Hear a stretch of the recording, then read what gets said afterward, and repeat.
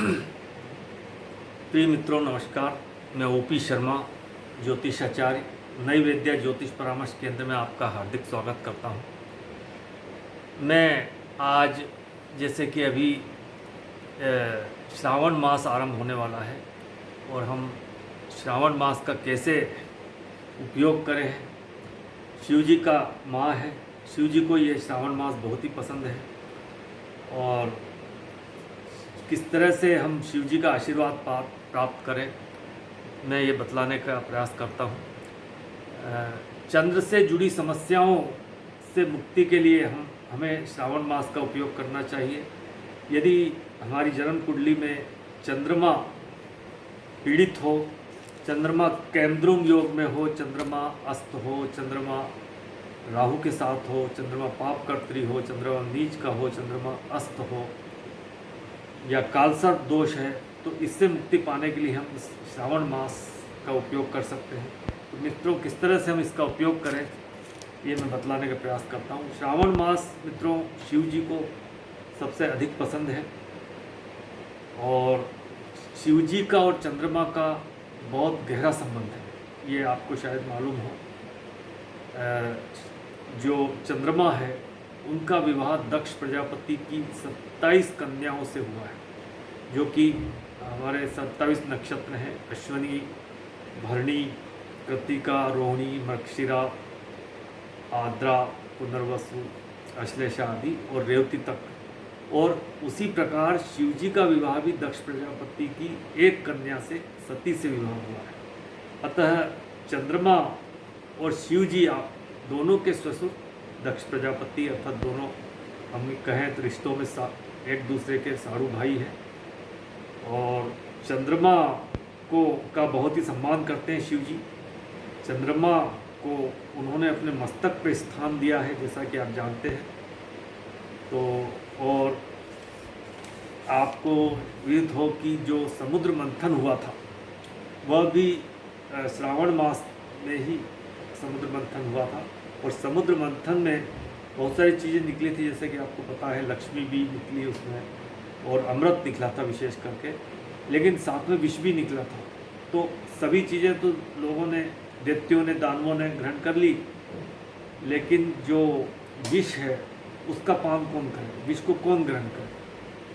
तो इस समस्या का हल करने के लिए शिव जी आगे आए और उन्होंने उस विष का पान किया और अपने गले में उस विष को धारण किया और इसीलिए उनको शिव जी को नीलकंठेश्वर कहते हैं। तो उसी प्रकार जो मृकंडु ऋषि हुए हैं उनके पुत्र मार्कंडेय ऋषि थे और मार्कंडेय ऋषि अल्पायु थे। तो उनको दीर्घायु प्राप्त करने के लिए मार्कंडेय ऋषि ने शिव जी की आराधना श्रावण मास में की थी और शिव जी का उन्होंने आशीर्वाद प्राप्त किया, शिव जी की कृपा प्राप्त की और उन्हें दीर्घायु का आशीर्वाद प्राप्त हुआ, दीर्घायु की कृपा प्राप्त हुई और उन्होंने मृत्यु के देवता यमराज को परास्त किया, उनको घुटने टेकने पर मजबूर किया। तो मित्रों, इस तरह से श्रावण मास का ये महत्व है। तो अब हम इसके अलावा क्या क्या कर सकते हैं इस श्रावण मास में। तो यदि आप हमारी जन्म कुंडली में चंद्रमा वीक हो, चंद्रमा कालसर्प दोष में हो, चंद्रमा नीच का हो, चंद्रमा अस्त हो, चंद्रमा जो है पाप कर्तृ योग में हो, चंद्रमा राहु शनि के प्रभाव में हो, केतु के प्रभाव में, तो चंद्रमा बहुत वीक हो जाता है, चंद्रमा से जुड़ी हुई समस्या हो जाती है, साइकोलॉजिकल प्रॉब्लम हो जाती है, नर्वस प्रॉब्लम हो जाती है, माता को कष्ट होता है, मानसिक बीमारी हो जाती है, पागलपन जैसी स्थिति हो जाती है, डिप्रेशन की समस्या हो जाती है। तो इन सब समस्याओं के हल के लिए डर लगने लगता है। इन समस्याओं का हल करने के लिए हम श्रावण मास का उपयोग कर सकते हैं। तो श्रावण मास में हम क्या करें ये मैं बतलाना चाहता हूँ। तो सबसे पहला जो उपाय श्रावण मास का है वह है एक चांदी का हम नाग नागिन लें, चांदी का नाग नागिन ले लें श्रावण मास के प्रथम सोमवार को या किसी भी सोमवार को। उस नाग नागिन के जोड़े को हम लेफ्ट हैंड में रख के उसको दूध से उसको नहला दें, दूध से धोकर साथ में नारियल लेके उनको शिवलिंग पर हम चढ़ा दें। ये उपाय हम प्रति वर्ष भी हम कर सकते हैं इस उपाय को। तो हमें काल सर्प दोष इससे हमें मुक्ति मिलेगी। काल सर्प दोष से हमें जो प्रोफेशन आदि में प्रॉब्लम होती है उससे मुक्ति मिलेगी, और यह प्रतिवर्ष करना चाहिए। दूसरा उपाय, यदि चंद्र हमारे पीड़ित हो अन्य तरीक़ों से, हमें डिप्रेशन की समस्या, ये मन नहीं लगना, मानसिक परेशानी होती है, तो हमें चंद्र की दशा लगी हुई हो या अन्य समस्या हो तो आधा गिलास दूध लें हम, और आधा गिलास दूध लें, उसे पानी मिला लें, जल मिला लें, काले तिल मिला लें, शहद मिला के, इस तरह से पंचामृत तैयार हो जाता है। उस पंचामृत को हम पांचों चीज़ों को गिलास में भरकर इसको शिव जी पर चढ़ाएँ, सुबह चढ़ाएँ, सोमवार को चढ़ाएँ, 9 बजे तक चढ़ा दें। इससे हमारे मेंटल इश्यूज हैं ना वो सॉल्व होंगे। और यह भी हम हर सोमवार या खास करके श्रावण मास में अवश्य कर लें। तीसरा हमारा उपाय है चांदी का चौकोर टुकड़ा ले लें। जिनको भी चंद्र पीड़ित हो या उनको डर बहुत लगता है, उनके लिए समस्या, नींद नहीं आती, वो जल्दी से डर जाते हैं, जल्दी से तनावग्रस्त हो जाते हैं, ज़रा सी समस्या आई नहीं तनावग्रस्त हो जाते हैं, तो उनके लिए है चांदी का एक चौकोर टुकड़ा ले लें। उसको श्रावण में सोमवार को शिवलिंग पर रख दें।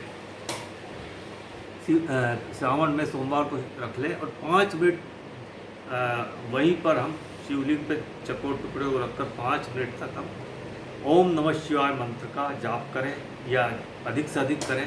पश्चात उस चांदी के टुकड़े को जो भी पीड़ित व्यक्ति है वह अपने गले में डाल ले, तो उसको ये मेंटल जो इश्यूज है ये इससे मुक्ति मिलेगी। इसके अलावा चांदी का कड़ा भी पहन सकते हैं। चांदी का कड़ा बिना जोड़ वाला है और पीड़ित के हाथ में का नाप का ही हो। मंदिर में उस चांदी के कड़े को ले जाए और शिवलिंग पर रखें। पश्चात ओम नमः शिवाय के मंत्रों का जाप करके उसको चांदी के कड़े को राइट हैंड में धारण कर लें, और ये इस तरह से उसके भी जो मेंटल इश्यूज है वो भी दूर होंगे। साथ में जो मांगलिक जो लोग होते हैं उनकी मांगलिक से संबंधित समस्या भी इस तरह से हल होगी। शिव जी का मित्रों ऐसा कहते हैं कि श्रावण मास में शिव जी पृथ्वी के बहुत नज़दीक होते हैं। उनकी ससुराल जो कि हिमालय पे होती है, ससुराल में आते हैं, और तो इसलिए श्रावण मास का विशेष महत्व बतलाया गया है। श्रावण मास में जितने भी ज़्यादा हो सके हमें शिव जी के मंत्र ओम नमः शिवाय या ओम सोम सोमाय नमः मंत्र का जाप करें, और बिलपत्र चढ़ाएं, शहद चढ़ाएं, दूध चढ़ाएं, जल चढ़ाएं, काली तिल मिला के चढ़ाएं, और फूल पत्ती धतूर आदि चढ़ाएं, तो हमें साल भर उससे एनर्जी मिलेगी। मित्रों, जो शिव जी को जल बहुत प्रिय इसलिए है कि उन्होंने विष पान किया था, उनके गले में विष उन्होंने धारण किया था, और उसमें जो तीव्रता होती है, उसका जो गर्मी होती है, उसको शांत करने के लिए उनको जितना जल चढ़ाया जाए, जितना दूध चढ़ाया जाए, जितना उसमें काले तिल मिला के चढ़ाया जाए, शिव जी प्रसन्न होते हैं। और जब शिव जी प्रसन्न होते हैं तो हम प्रसन्न होते हैं और हमारे इश्यूज मुक्त होते हैं।